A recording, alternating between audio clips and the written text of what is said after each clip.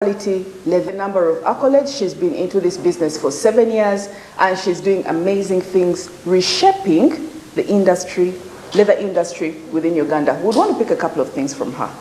Welcome, Isabel. Thank you, Doreen. It's a pleasure to have you. I'm glad to be here. Happy New Year as well. Same to you. Now, it's a good start. I know. And people are always like confused. They'll be Happy New Year, Doreen, are you going to push it further into February? I'm saying when I say Happy New Year, it's because there are endless possibilities. Yes. Yes? Yes, it's that's a very Happy true. New Year. It does not just stop on the 1st of January. Yeah. Yes. Isabel, CEO Naroho, we've read about you in the papers. You've got a couple of accolades. You have had some mentorship and exhibitions and all these different things. We love to have the women that are pushing and doing great things. We don't wait for them to die. Let's just say it as it is. We don't wait for them to die. We get them when they are still fresh and alive and kicking, and we tell them, thank you for inspiring women. Yes. It's great. It's great having you. It's a great thing. Doreen, I'm actually very happy to be here. Yeah. You called me, it was short notice, but I was like, the year has already started. What are we doing? Yes. These are some of the things we need to be doing. Yeah. How can we talk about business as women? How can we inspire other people to get into business? Yeah. And let the year just start already. They have started, actually. They have started. There's someone who was saying my year will start in February. I said, we can't wait for that. I said, sorry. This is leather, talking leather. Yes. Is it something that you always loved, like from way back? Because this is pretty hands-on, right? Is it something that maybe you had a father, a mother, because, well, male-dominated? Is it something that you always loved from the beginning? Were you artsy? How did it all start? Okay. All I can say is I'm a crafts person. Yeah. I love crafts. So growing up, you know, like at school, we always learned craft. So I learned how to do baskets, I know how to do crochet, so craft comes easily to me. On the leather aspect, it was actually like a chance encounter. How? I did industrial and fine art at Makerere University, so during the break between graduation and getting a job, I happened to know a place where they do leather production on 6th Street. So I was like, let me do this during this break. So I went there for a week, and I was meant to stay longer, but when I went there, it was starting from scratch. You know how to hold a pencil, ruler. I was like, no. But I saw how people were doing it for a week. So then after I got a job, but in 2014, I was walking on the street. I saw a sandal I liked. What do you mean you're walking on the street? I was walking on the street. I was pregnant at that time, actually. Yes. So I was window shopping down street Luum. So I saw a sandal I liked. I was like, wait a minute, but I can make this. Yeah. The price was a bit of a stretch for me. Yeah. So I looked at it again, and I decided to buy raw materials to make it. Was that based on the fact, because there's that eureka moment where you're like, who have I been? And many people actually have that, you know? And sometimes they do it as the copy and paste version, whereby you look at something and you say, oh my goodness, I can do this. This is so easy. It was best actually on two things. I didn't have money.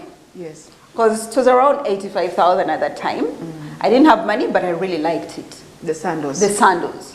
So I was like, when I looked at it again, I was like, but with my background, I think I can do this. Because it was really basic, straight lines. But it was like a strappy sandal.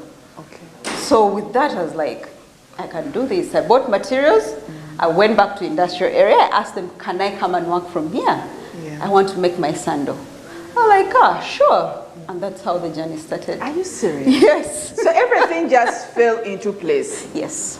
What happens, and let's talk about this. We had one lady come in and say you can have your place filled with business ideas, and every year you're writing down these things in a journal after journal every year, and you never start off. You had this idea come to you, like, you know what, I can do this. Is a straight line sandal, strappy sandal. I can do this. Yes. And then immediately picked up, invested. How much did you put in? Around 60,000. Around 60,000 of your money, and went and started. Yes. Why do you think most women take quite a while? Why? Why? I think it's also One, it's the mindset that I need so much money to start a business. I've found that most businesses that start from a need, actually, because you're starting from a point of need and you have little money, so you're able to grow the business while learning. And that's what happened with Naroho. When I made the first 6 pairs of sandals, I learned the basic skill of putting a sandal together. So when I sold those, I bought more materials. You sold those at how much? I sold those at 35,000. That's by the time. More than 180. Yes. And you had invested 60,000. Yes. So at that time, I went and bought materials again. So the journey of learning just continued. Remember, I didn't study this at school. You didn't? Because I did industrial and fine arts, but I didn't do anything to do with fashion or designing shoes, or even work with leather. What was your niche? What was your point of learning? So at university, I did painting, watercolor painting. I did woodcut. There's a kind of painting which is called woodcut, and graphic design. So that's what I did at school. So that was very different. Totally different. Totally different. They never. I thought when you get into art school, they expose you to different, what do you call them, materials, like you're going to use, and then you double, sort of like find out what works for you. Isn't that what happens? Not exactly. So in the first year, you learn just design, drawing, the basics of art. And then in the second year, you have to choose, like, where you're going. So you have to choose like 3 electives. So you can choose sculpture, painting, and something else. So by the time you leave Makerere, you're actually focused on a certain niche. So because at that time, at university, everyone was like, oh, at least graphic design, you can get a job. So all of us were tending to go towards that side. The safer part. The safer part where you're like, oh, I can get out and get a job. But it turns out my interest was not in graphic design, because I can't sit on a desk for more than 3 hours. You're an active person. Yes. You want to move. So I actually didn't even use the skill for graphic design. It will come in handy, I think. Yes, at some point it will. Can I ask, those particular 6 sandals that you first made, who are your clients? So at that time, I was doing printing as well, briefcase printing. It's actually interesting because the briefcase printing is where I was like, okay, let me keep some little money and do this. Because I have friends at NASA, they'll show me the ropes. So when I was doing the briefcase printing, so I'd go to clients, get an order, come get someone to do the printing, just get people to do the work. Then I deliver, I get paid. But I found out that I actually didn't like doing this because there's a lot of competition, and then so many people are still doing it, and then the clients wouldn't pay on time. So when I got to the sandals, and I could sell my one sandal, I get paid. So that kind of felt like it was more of, I'm rewarded faster for what I'm doing, even though it's little money. Who bought these sandals? So the people where I used to print from. Basically the friends at NASA Road. So when I would go to do the printing, I would tell them, oh, by the way, I made sandals. I would walk with my, those, what are they called? Like a bag? Yes. Those plastic bags that have printed stuff on them. So I would walk with that, then I tell, oh, I made sandals. Ladies' pairs were the first sandals I made, because I was literally making for myself. But I ended up not putting any one of them on because they all sold. And basically, you kept you kept one shoe size. You kept one shoe size. No, I actually made a couple of shoe sizes. 2 were mine. So I was like, let me make 6, because I put on 6, maybe I'll sell 1. People ended up buying both of them. So I was like, okay, I bought my material, I went back.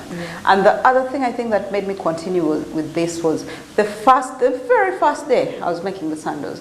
Because I was standing the whole day, cutting leather, cutting soles, stitching, joining it together. By the end of the day, I didn't feel tired. Like, I was like, I've been on my feet the whole day. How come I'm not as tired? So engrossed. You know, exactly. You really thought about, you took a moment to think about it. And yes, yes. And I was like, maybe this is what I can do. Because if by the end of a day, yeah, you're doing something, it's quite laborious. yes, yes, you know, yeah, and you're not feeling tired. It Yeah. was like an aha moment for me. I was Yeah. like, this is something I could do. I've had one person ask me, how do I know what I'm passionate about? Yes? Yeah. I think Those that are that some is of the it. telltale signs. I think that is it. The ability to do something you love, something you love that does not zap your energy. It doesn't take your energy. You can get up in the morning and do it unpaid. You can get up in the morning Yes, and do it because, you know, it's something Remember, I that was comes making naturally. the sandals for myself as well. Yes. So it was like, okay, even if these don't get sold, at least I'll have a pair. And it will cost, for me to make all of them, less than it would have cost me to buy one pair. Sure. So I was like, it will still be a win-win for me. But it was also a good thing that you had a starting point. Yes. Like a place that had all the, you know, Yes. all the metals to use and all these different Yes. things. It was quite, Yes. it came in quite and handy. these points are there. Most times people fear to ask, Yeah. right? So if, say for example, you want to get into leather work and you're like, Madam Isabel, can I come to your workshop for a day to do my work? It is a point of discussion you can start. Yes. What can I say? I'll either say yes, we have some space and time, or I'll say no, we're Yes. very busy at this time. Well, that's an invitation. Let's Yes. maximize it. For those who want to get into leatherworks, right? Yes. And receive mentorship, please reach out to us. Let us know, and then we can get you to Isabel, who will actually help you. Yes. We're here basically for the linkages, the inspiring stories of women, but also we're very keen on women we're very keen on mentorship for women in business. So utilize all these spaces. What is it about you being able to walk to people with your plastic bag and then ask them to buy? It was never a shameful or moment for you. And I'll tell you why I'm asking. Just give me like upfront. You had done marketing before? Yes. Yes? Actually, not marketing, sales, where you approach Sales. people. So it was never really something to bother you about reaching out to someone and then you say, you know what, I have this, ABCD. But it's still a fearful moment because It we is. all have some kind of fear for rejection. Yeah. You get, and most times people get rejected once and they're like, I can't continue doing this. But you have to understand, and that's what they tell you in sales. You have to talk to at least 10 people for you to get one sale. Yes. Yes. So if you have that understanding in the back of your head, then that is something you always like. You anticipate? You anticipate and you're like, okay, if this one refuses, I'll talk to the next person. But it was also easy because the way NASA is, people are everywhere. Yes, yes. So I can bring a sandal, I'm targeting you, but like 10 people will see it. Oh, and then they'll touch and yes, feel and then say, they'll okay, touch and feel it, they're like, how much? And then you start the conversation. So that was easy. I asked you this because we've had conversations with women that are afraid to get out. I had a conversation with one who was had crisps, and this is offset really, because I get to talk to women like on set and offset. Yes. And this lady, I was telling her, why don't you branch out, see how to put out your products? Because she makes baguettes, she makes all those daddies, she makes wonderful, and she really loves it. Because some are natural cooks. Yes. I said you must reach out so that people get to know what you're doing. You can't keep at home, because when you keep at home and it is just you and the person who walks to you, what about those ones that don't walk to you? And she said one thing, she said, Doreen, I fear. She said, I fear talking to people. But also, how do they see me? You know? How do they see me? They see me as someone being desperate. They see me as, it is such a big, and she's not the only person. That's actually a hard one, because even me, up to today, I'm still fearful. Of what? You can't imagine. We all have a fear of rejection. Yes. We all have a fear of rejection. But sometimes you just have to push yourself.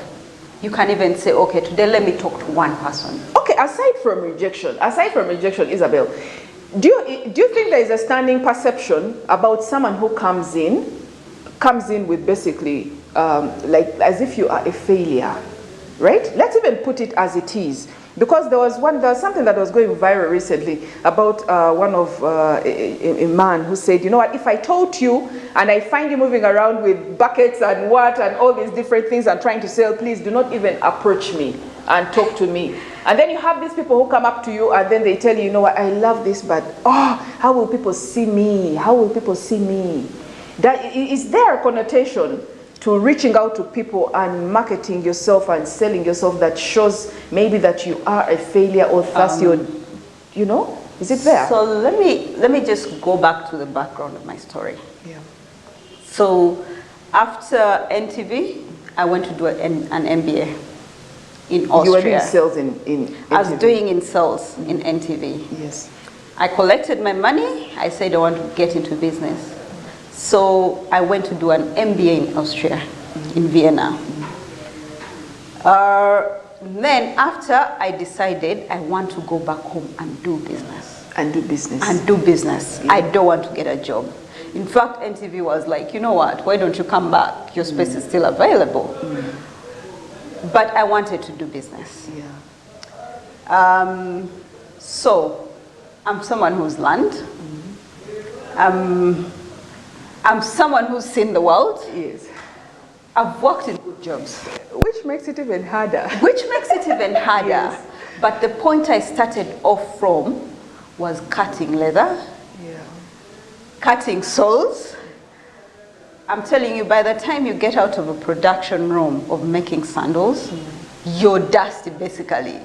Because there's a time where you have to rough the sandals to finish them off. So all that dust you clean yourself up, you get out. Which we also know as sanding, and yet it's also roughing, yes. Right? Yes. So my motivation was like, I want to build something. The thing about fear people have to know, I want you to look at that woman. I want you to look at that woman. Most people will not remember where you started from when they see you starting to excel. Yes. They were like, oh, Isabel is doing so well now. Yeah. If I connected you to the people who saw me holding. Yes. It was actually a very funny picture because here is a woman who is heavily pregnant. Yeah. Holding her bag, like, wow, of 6 pairs of sandals and going around. Right now, what I've built and the accolades we're starting to get. Yeah. You cannot imagine me from the beginning. So I think people need to look at what do you want? What are you aiming for? Keep your eye on the ball. Yeah. You know, and pick from your industry, pick someone you aspire to be like. So for example, if you aspire to be like Sam's and you're starting your crisp business, just imagine what you have to do to get to that. Look at Sam's and you say, one day this is going to be me. That will push you. It will motivate you. It will motivate you. You will do whatever you have to do. Yes. But also get into circles of people who are doing this. Because trust me, they are also going through the same fears. Yes. I don't want to talk to this person.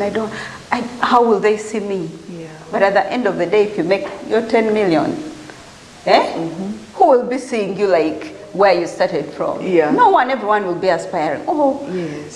She started from here.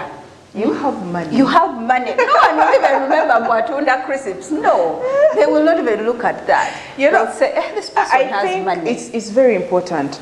I love to talk to women. Yes. I love to talk to women and find out what challenges they're going through, their fears. Because oftentimes fears, I think, are overlooked. Yes. And people want to present that front of, I'm strong, this is where I've reached, and this and that. But let me tell you, women, you have to get out of your shell. Get out of your shell. You have to talk to people. You have to talk to people. You have to market people. You have to market yourself to people. And even if it takes a while and you're a little bit scared, the more you get to see, the easier it gets, right? Also, most times, the easiest way to get your product to people is just move around with it. Oh. Like for the lady who is selling crisps, if you really know your product is good, get a bag, you know, it can even be like a tote bag, you know, and you have your other small bag where you carry your other phones and what, but have your tote bag with your crisps. Immediately you reach a place, you're talking, you say, oh, by the way, we make these things. They're really nice, you know.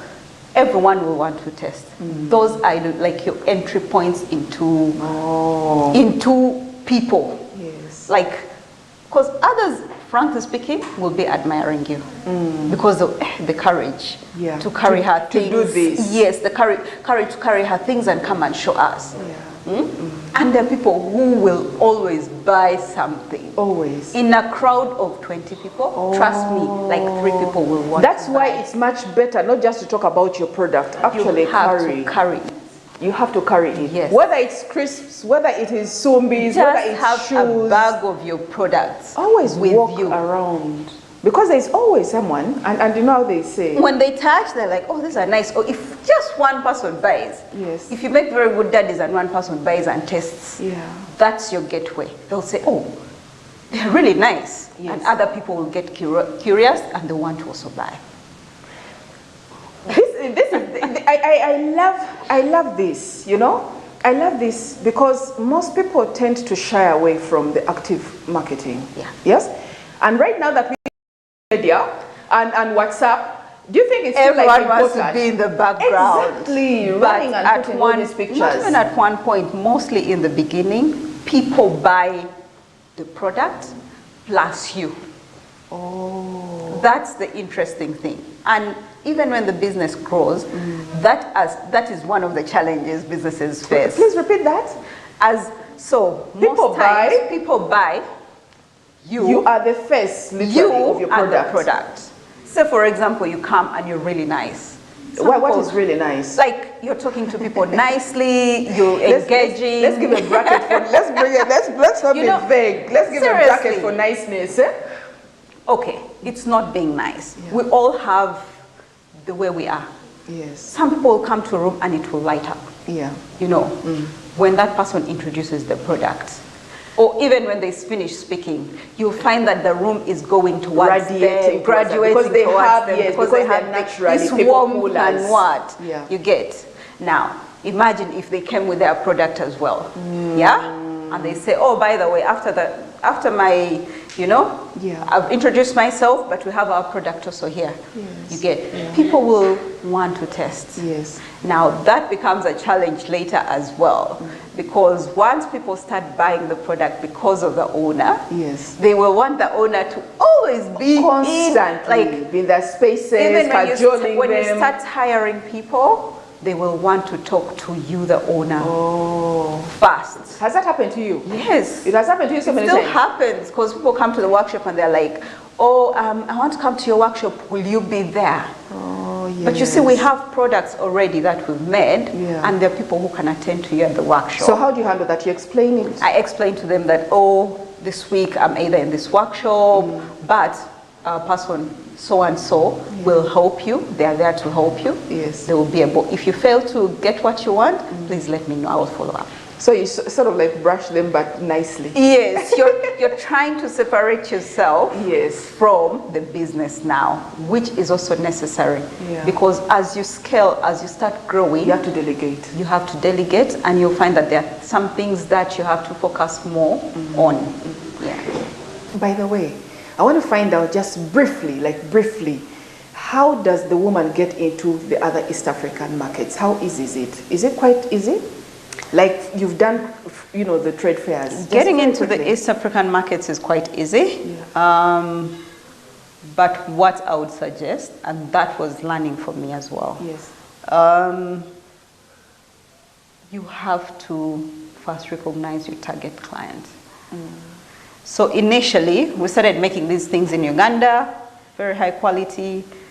Very fast realized that the time we're putting to make very quality products, the majority of the Ugandan market or even the East African market appreciates but doesn't have the buying power. You get? So all these fast trade shows we're going to, oh, these are very nice. We're not resulting into... Yes, the tangible results we're looking for. You get? So, oh, these are very nice products. How much? 150,000. Oh, they're nice. This is diva lenyini, you know? Then it stops there. Then it stops there.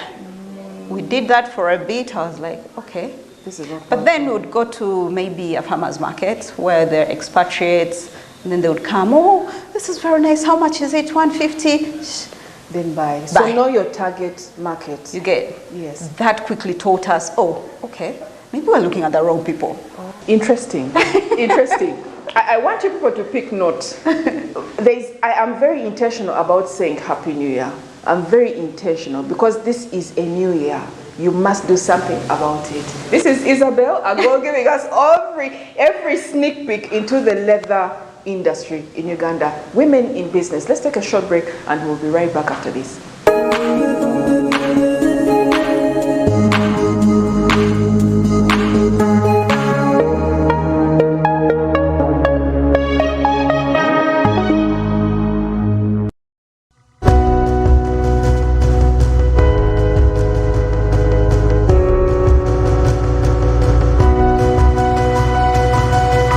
Smart 24, driving business. Linear level and we upgrade you. If you're on GOTV Value, then upgrade to GOTV Plus to watch GOTV Max. On GOTV Plus already, upgrade to GOTV Max to enjoy GOTV Super. And if you're on GOTV Max, upgrade to GOTV Super to enjoy the best of the best on GOTV Super Plus at no extra cost. Step up your entertainment today. GOTV Uganda. Love it. Fred! Osmosis. Freddy! Fred Dollar, my boss, CEO Inojo, the general of generals, the conqueror of conquerors, the first and the final, the sky above the skies, the promised land, the terms and the conditions, the international king crocodile, the source of the Osmosis. Nile. I don't have money today. Just take a polite loan of 200k to stock my shop. The signs and symptoms of success. The bank commander, not the bank teller. Why hassle for a loan when you've got MTN Momo? We're so tingy. Use the Momo app or dial *165*5# for all quick loans. Choose from the different loan options from our partners and get one that works for you. Together, we're unstoppable.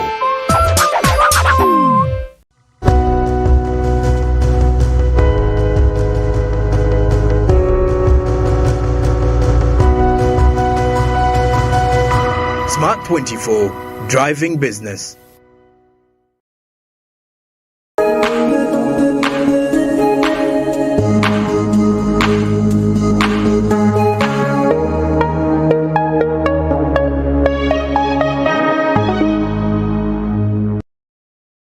Welcome back from the break. This is still Doreen Kemcha. We are talking here with CEO Naroho, Isabel Agol, delighted as well. And we are still here, Women in Business Smart 24 TV. Now, we mentioned something in the first part of this episode. We said, women, if you are still afraid to get out and market your good, market your products, there's a huge problem. You have to do it consistently. Get out of your comfort zone, get out of your fear, because it's important to market. And always walk around as well. We're recapping. Walk around with your product, because we have so many impulse buyers. Yes. Yes, we have so many impulse buyers. But also, if you are talking about how great your product is, then it's easier. No visual? Yeah. It's easier for someone to buy if you have the product with you. Yes. Is that it? That makes sense. Like, so if I buy, say for example, a sandal from Naroho, I actually try it on and it fits well, other people in the room would actually get the interest. Oh, they look nice on her feet. And your feet have to be looking nice as well. Yes. So they would also like feel the need to buy.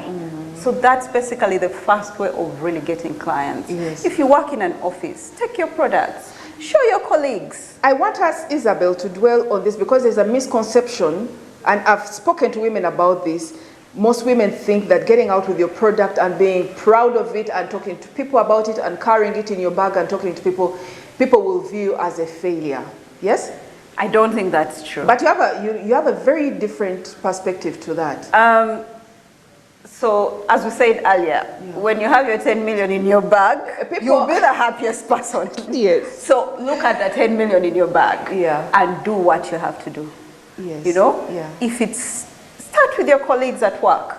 If you have honey, take it to office, let them test, you know? Then they'll tell their relatives. And then they'll tell the friends. Yeah. They'll tell someone in the next office to yours. You get? That's usually the fast way. The quickest, family, friends. And fast way. Yes. But I'm telling you, when you test the fast money from your sweat, that feels so good. It energizes you and it motivates you to go back and do the same and do a sell again. They also say entrepreneurship is quite a lonely journey. Is it true? It is super lonely. No one should lie to you about this. Yes. Don't go and look at people on Instagram. Oh, I made 10 million. It's this easy. It is never that easy. We thought we'd have people cheering us on. People are willing to buy your products every time you get to them. Oh my God. Trust me, the first 3 years, you will stop talking to half of your relatives. Because every time you call them, they're expecting you to want to sell them something. Yes. They might not even be the first person to buy from you, surprisingly. You know, and that demoralizes most people. But trust me, it's not just you. This is a fact of entrepreneurship. Your first clients will definitely not necessarily be your relatives. But it's good to reach out to them because you're practicing and getting the confidence. Yes. Every time someone turns you down, actually don't be demoralized. Just up your game and go to the next. Yes. So even friends, there are some friends you have, they probably don't have the same ambitions with you. You have to make choices as you go along. You know, okay, I'm chasing this dream. Who is going to walk with me? Who is happy for me? Who is cheering me on? And trust me, most times there's so many people cheering you in the background and you don't even know about it. You don't even know about it. I kept telling women this. There are women that we have called to set, and I tell them, do you know how much we love what you're doing? And even your call was a shock to me yesterday. I was like, really? I don't even know Doreen. No, but we're watching. There are so many people that get to call, to call me and say, oh, Doreen, I know. And the people that they're following, like year in, year out. And those are the people really that, honestly, once in a while, if there's someone, a woman in business that you are following, please reach out to them once in a while and just drop, I'm watching, this is good. That is important. I think it makes a difference. Especially the first 3-4 years. First 3-4 years. That's a hard time. Like, if you had a job before, you'll actually think of going back. I've thought about going back to my job, like not 3 times, but like even 5 times. Because when stuff gets hard, you're like, 1 week, 2 weeks, nothing has happened. The 3rd week, you get a call and someone is calling you for business. And you're like, okay, let me stick in here. And it's going to work. It's very important for women to actually understand that, you know what, sometimes it gets lonely. It gets lonely, it gets so hard, you get broke. Like, literally, you don't have money. Like, even for going to work. But sometimes you get money to go to work, then you reach work, by evening, no one is giving you money. Last minute of you going back home, a client comes in and gives you money. Don't give which up. Takes you back home. And you're just like, so me, half the time this journey is God, half the time it's me. Because God can't just push when I'm sitting, you know. If I'm not there at the shop, that client would come and bounce and I wouldn't get that money. What about costing? How are you costing your stuff? Did you find yourself underselling at one time? No. You didn't? No. You went in like, why? Like how? So for me, I went in, my biggest selling aspect was quality. I wanted to provide the best quality you can find in the country, made in the country. So I started all my production with quality. Of course, initially I was selling at the price that I think I need to make a profit. So even in the beginning, I had to make a profit. There's no doubt about that. But at the time I was like, okay, I can increase by this percentage. I'll still get my profit. But then I started studying my customer. And I was like, okay, if I increase by 5, okay, will they not buy? Yeah. and they were still buying. And I think it's because your product is different. They were seeing the quality. And there aren't so many people making great leather bags. Yes. In fact, initially they would actually rush to buy. Yes. Because they're like, in fact, they thought the products are not made here. I know. So I was competing with products from Kenya I know. so they would buy very fast. So I was like, okay, I need to make my profit come to the level that it should be. So I kept increasing slowly. What about the person out there who is underselling herself? Costing is just it's in shambles. One, because there's so many competitors. Yes. If anything, you should never undersell yourself. Look for the client who will pay for the value you're giving. And they are there. They're there. I sell my bags in Uganda, people buy. Yeah, but someone else can say, those are real, genuine leather Exactly, bags. so they will buy. You'll find that customer who is even thinking, these bags are so cheap, I want like 3, Yes. So look for that customer, and they're there. Look who are for you that customer. targeting? Never ever, and I tell this to entrepreneurs, craft people I work with in groups, never ever undersell yourself. because you're putting in time. You have to cost your time. Yeah. Like, say for example, people doing baskets. You're doing a basket for 4 hours Yes. plus materials, and you're selling a basket at 12,000. That's just, it's not even 1 hour of your time. You get? So you have to really look at your costing. And if possible, if you find you're in a crowded market, try to create something that sets makes you apart. Yes, That's different.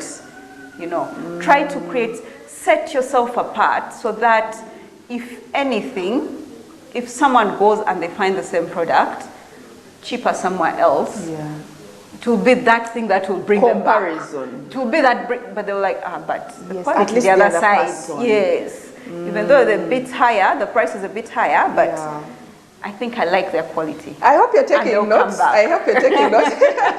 I hope you're taking notes. I love these conversations because they are so real. Yeah. These conversations are so real. We have all these different opportunities. These different people are looking for these different things that you can do from home. Yes? You can have these bags, you can have make these things, these bags, these crisps, catering. But what sets you apart? What is unique about yours? I think also just to add on that point, there's something about, there's wanting to make everything. But what are you the best at? So setting yourself apart sometimes is not even about, making your things very, very unique. But it's like, okay, if everyone is making bajias in Kampala, I'm so good at making bajias that everyone will take 3 hours to make, I'll take 1 hour.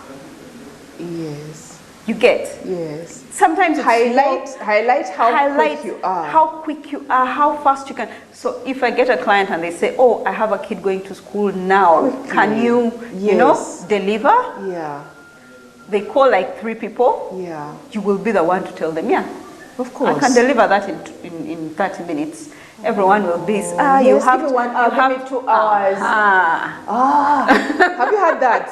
Have you had that? Sometimes it's not really about bringing all these different things and adding them to your product. Sometimes it is from the standpoint of time. People sometimes want something done quickly. Exactly. Like there are those ones who get, the juice runs out. At the function. Find really your strength in whatever you're doing. Yes. So even the people I work with at the workshop, I tell them, I need you when you come in, I will train you, but within whatever we're doing here, I need you to recognize 1 or 2 things. Personal strength. Personal strength. Like when we really need something, we're like, Kath is going to do this. Oh, this is because Kathy is the one who is going to make it perfect. Yes. She's the one going to do it fast. But she's the only one who can stitch this thing properly on time and everything. If we have maybe time to do something, and we need so many people in the job, Yes. anyone can chip in. First keep quiet. This is nice. First keep quiet. I'm very excited because every time I learn something, yes, and I love the women that get to come here because this is awesome. We get to hear something new. Yeah. You know? Because sometimes we are so outward looking, Yes. and we don't really look inwards. Yes. And even when we carry out all this SWOT analysis and all these different things, we are mainly looking at our strength, at our weaknesses and what to do better. Yeah. And now what Isabel is saying is that if you do have, you've already identified a personal strength, which you should have done, yes, whether it is you are quick, yes, Yeah. you are quite a lot of customer care. Yes. Yes. Your recipe is the best. Your recipe is the best, but you also are very service oriented. Yes. You will come and make sure that when you are serving that juice, it is with a smile. Yeah. A beautiful smile. Yeah. Please highlight these and add them. Speak about them. Add them as you are selling your product. product. Yes? It makes a difference. And sometimes you don't even have to say it. Clients will recognize. No. I think it has to be said sometimes. Most of the times you have to say it. Yeah. But there are instances where you go and clients will recognize. Yes. Now let me give you an example. We went for a trade show in Nairobi. So many leather goods producers. The one thing that set us apart was our products were neat. We're neat. Our stitches Yeah. it's a straight line, it's a straight line. I've seen some of your products. Right? Yes. So even one lady, she's also a producer, like one of the biggest in Kenya. She's like, This is neat. your stitches are like, they are neat, like that is That for is me. it. Yeah? From everyone here, that's the one thing I've seen about your product. Yeah. You may not have the best designs or anything, but when I hold your bag, all the stitches are neat and they are where they're supposed to be. Yes. So I was like, okay. And highlighted this is you even let your product speak for itself. Yeah. But it is very good, like at times, to throw it in and say each stitch is on point. Yes. You know? Like when you look at bags in Kampala, you will notice that Naroho stitches, like they Are on point. are on point. Let's give us, because we've been talking about some of these different things and how to go about them. You've had quite a high, yes, different from how we started. You've got the accolades and all these different things, and people calling you up for interviews and all the mentions. Did they start all of a sudden, or it was gradual? It's really been gradual, but it's also, as an entrepreneur, you have to look for opportunities. Yeah. Me being on TV and also starting to be on the press, it's really because we looked out for opportunities, like joining the DFC Rising Woman. Yeah. Once we pitched for that and kind of were in the top 10 winners, Yeah. so then we got a spot on TV, we got a spot on the newspaper, but if we hadn't done that, we would still be in our shell. You reached out. You applied. We actually applied, went through a vetting process, interviews, we pitched, things like that. Yeah. So there will come a time in your business where you have to now start Getting growing out the there. business. Yes. Getting out of the manual work, doing everything. You still have to be there, but also now you start looking for opportunities to get your name known. Yes. Because sometimes it's just about people knowing, oh, who is Naroho? What do they do? You know, and your clientele will start growing just on that basis. Yeah. Yeah, because half the time when the business is starting, you really have to be there, especially in Uganda. If you're not in your business, Yeah. you will be getting half the profits or even losses. But It's hands-on. it's really hands-on. But you take that time to learn, okay, what is what in this business? Yeah.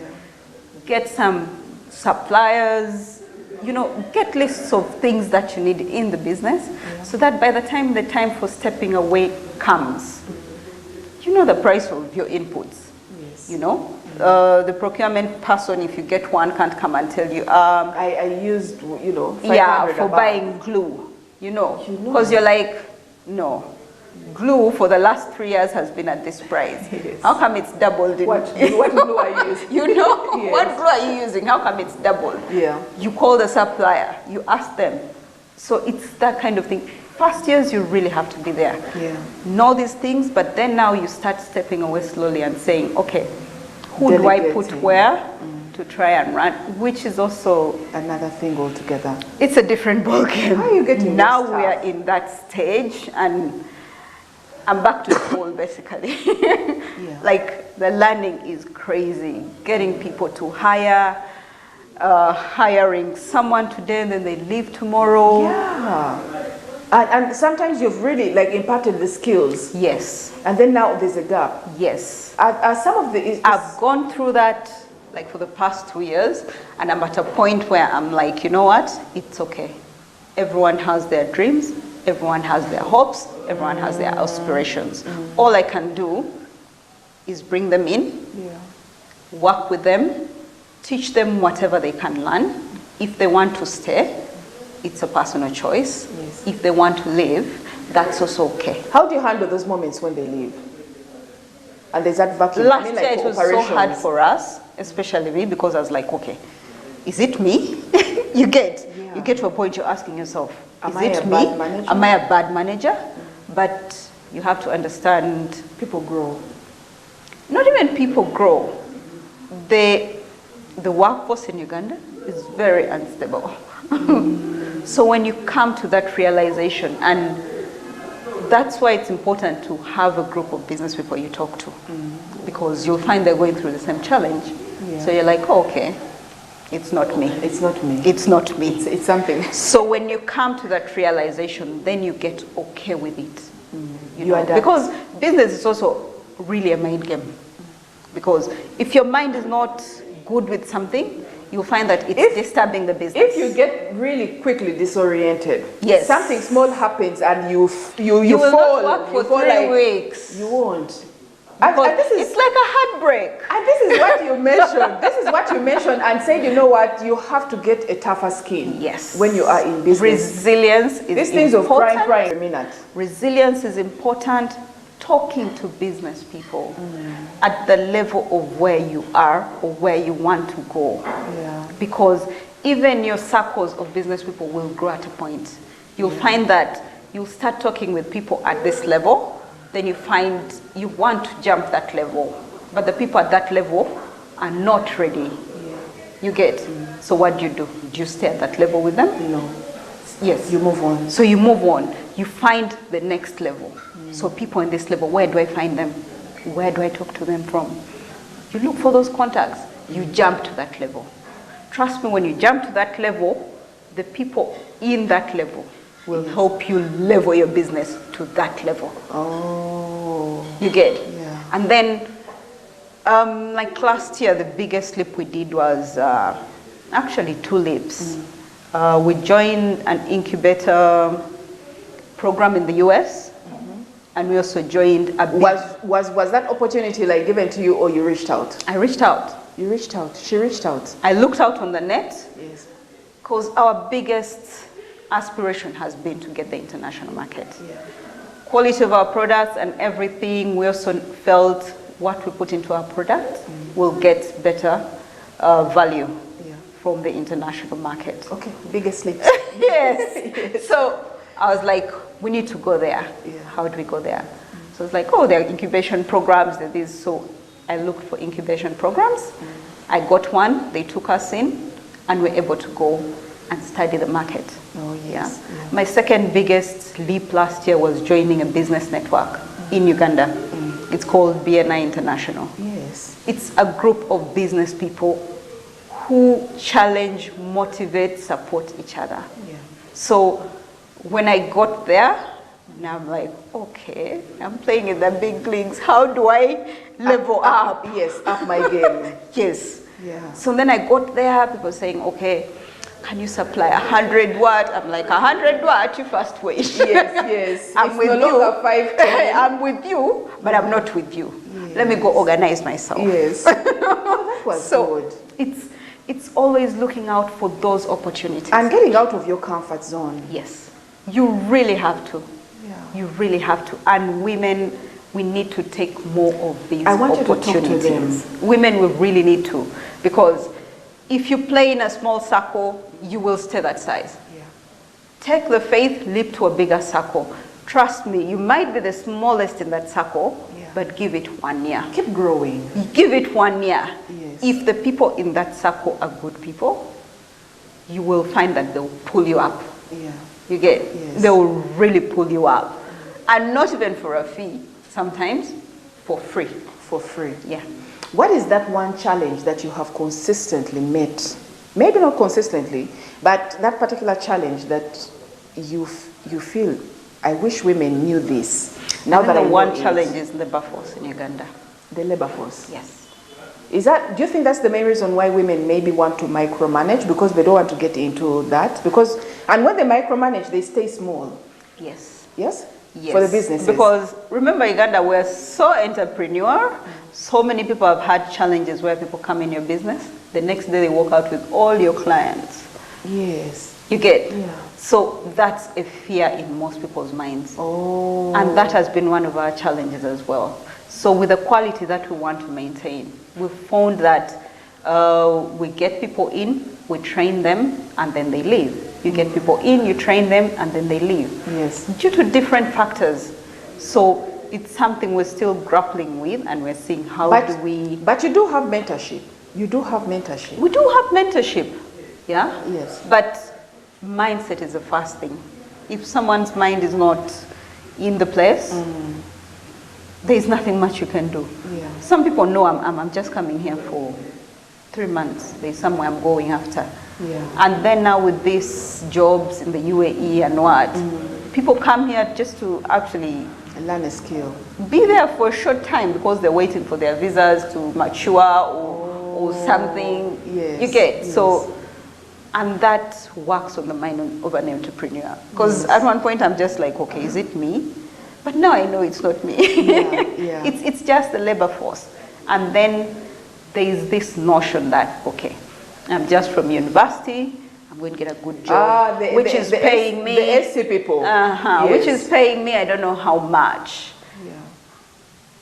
And you're like, okay, you're coming into this business from the university, you have no You have experience, nothing. you don't know what you're doing, And you want 1 million. and you want 1 million. I am going to teach you what you're supposed to be doing. I might even hire someone to train you. That's an extra cost in the business, which most businesses don't mind to do. Yeah. Yeah? But I'm going to train you. And remember, we're also thinking this is a stepping stone for you. Yes. You get?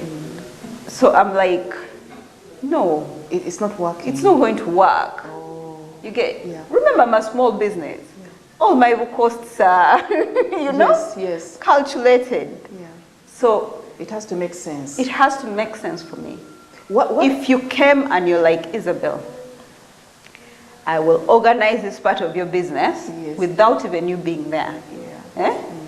This is the amount of money I have. That would make And sense. I have money. And we have the money within the company. That would make sense. Because essentially what that means, say for example, if you came and you said, your accounts are a mess. Let me help you. Let me come help you in organize yourself. And organize your accounts, Yeah. you know, to a level that an investor will work here in 3 months. And they say, how much money do you want? And I'll even tell them the amount. In other words, people can be so unrealistic, yes, Exactly. with as high expectations that their abilities do not match up to. Super. Please tone it down if you are learning. Learn a skill, up it up, and then you can demand for the monies that you want. Yes. Isabel, just round it up, just in 1 minute. All I can say, just start. Start. Start. In fact, the best way to start is start even without expecting a pay for it. Yeah. Yeah? If you're very good at basketry, just make 1 basket. See how it turns out. Make the second one. Make the third one. Show it to people.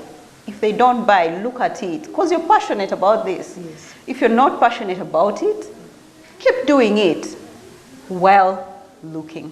While looking. Because most times, your first idea will not be that idea that sticks. Yes. Half the time, it's really not. Yeah. As you're doing this, You know, it's your honing skills, different skills.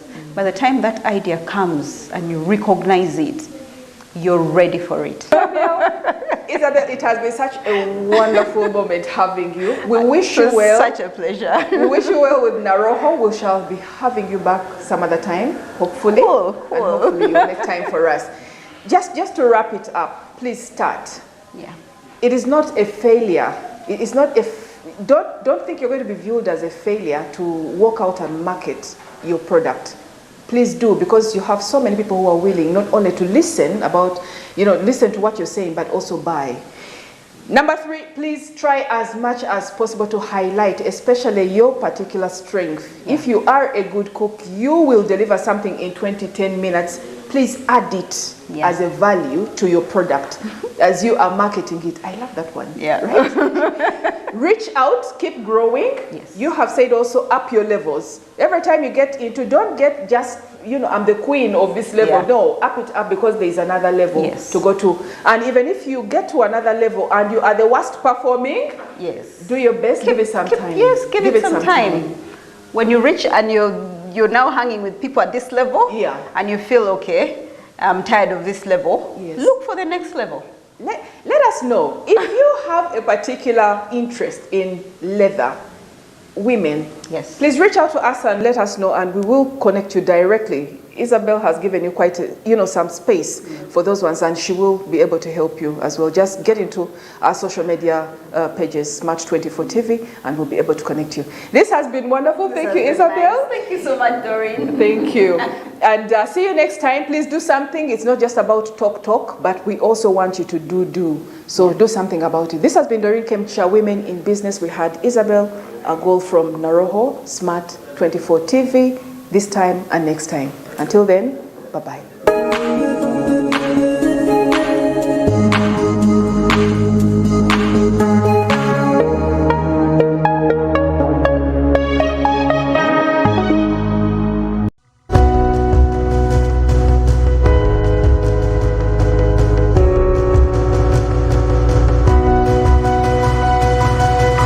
Smart24, driving business. Linear level and we upgrade you. If you're on GOTV Value, then upgrade to GOTV Plus to watch GOTV Max. On GOTV Plus already, upgrade to GOTV Max to enjoy GOTV Super. And if you're on GOTV Max, upgrade to GOTV Super to enjoy the best of the best on GOTV Super Plus at no extra cost. Step up your entertainment today. GOTV Uganda. Love it. Luxury redefined at Seasand Hotel as you indulge in the splendor of elegant living fit for the royalty that you are.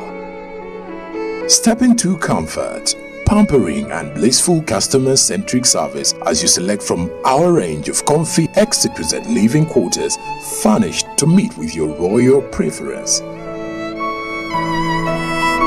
Surrounded by scenic beauty, our tropical setting allows you to escape the glamorous ordeal of city life.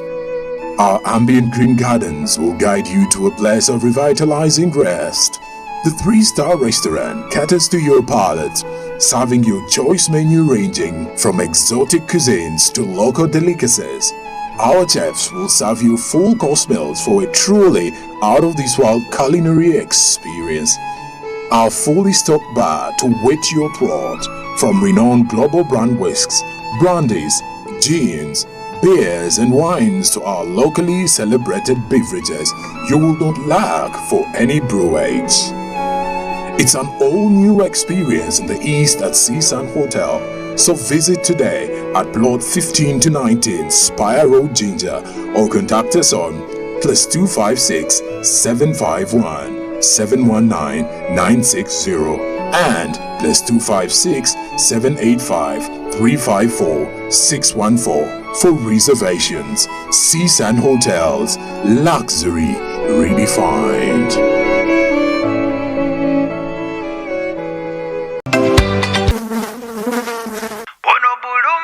Bulu magic is my joy. Ono bulu magic, wange. Ayo.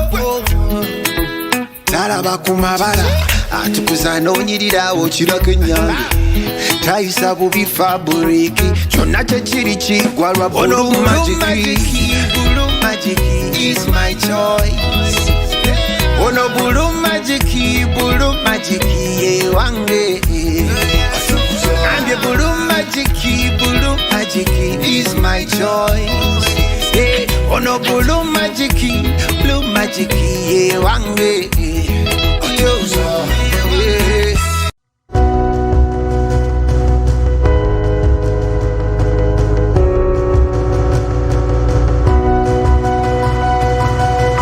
Smart 24, driving business. We are here with Diane Hendricks. She's a woman of many titles. She's an active owner of ABC Supply, and she is one of America's richest self-made women and on this year's 50 over 50. Diane, thank you so much for having us. Thank you for having me. I want to start, you have such a fascinating story, including you grew up on a dairy farm, and you've previously told Forbes that growing up on this farm, you were not allowed to milk a cow or drive a tractor. Is that correct? That's correct. Why is that?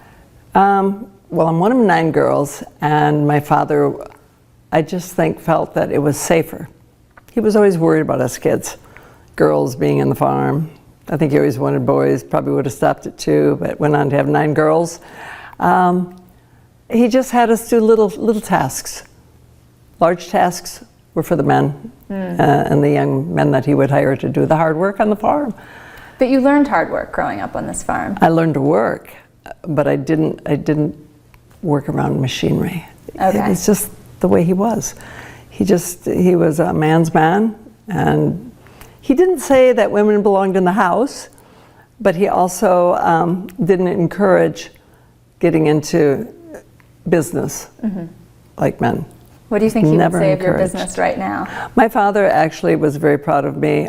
He passed about 20 years ago, but he knew of our successes, Ken's and mine, with ABC and other businesses, and he quietly was very proud. Very proud. Now, you've also said that you had to grow up very quickly. What does that mean to you, and why do you say that? I got pregnant when I was just about 17 years old, and my parents encouraged me, basically told me, you need to marry the father of your son, my baby at the time. And I did, even though it was not it was puppy love and not love. He was a good man, and it only lasted for 3 years. And that's when I really started to look at a career, and a career I had always dreamt of having, which was being in business, since I wasn't allowed to be on the farm, but to be engaged in something that I wanted to. And I always pictured myself in a blue suit and having a nice car and being independent. So what was your first job? Oh my goodness, I had a few little jobs. I worked at Parker Penn a little bit for like 3 months. And then the real job that I really decided this is going to be my future is I started to get involved in real estate.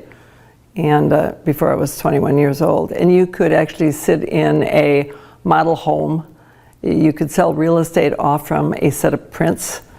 It wasn't really real estate because it wasn't really dirt. It was a spec on a piece of paper, so you're selling paper.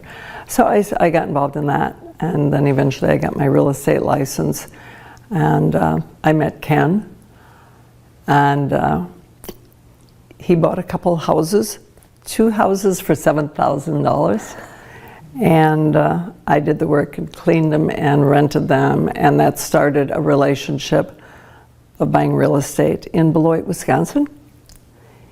And that's how it all started. I was divorced and lived in a little apartment and sold real estate. I was a Playboy bunny.